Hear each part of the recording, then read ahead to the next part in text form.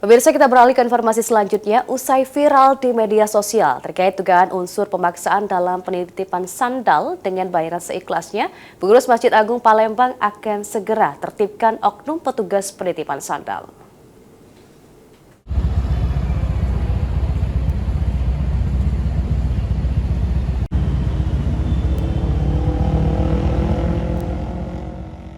Viral di media sosial Instagram, salah satu pria pemilik akun Bambang Wedding mengkritisi tempat penitipan sendal di Masjid Agung Palembang.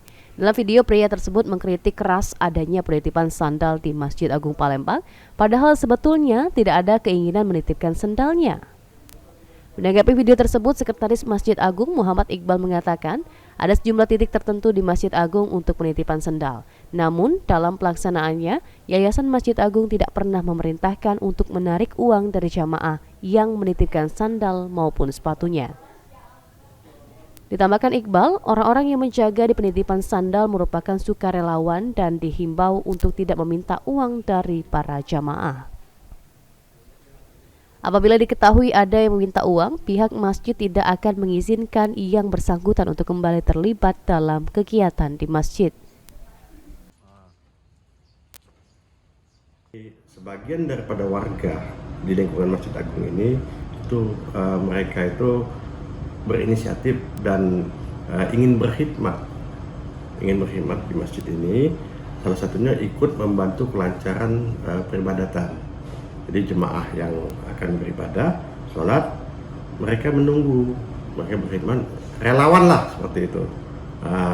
Memang ada titik-titik tertentu yang kita buka pintu, yang kita ketahui mereka itu. Tetapi dalam pelaksanaannya itu pihak kita, Yayasan Masjid Agung, itu tidak pernah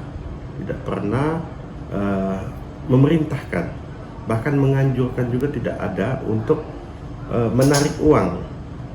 Jadi apalagi dengan tarif-tarif tertentu, kemudian dengan berbagai macam cara yang memang seharusnya tidak ada, dan juga bahwa kalaupun juga itu ada, itu akan kami tertibkan.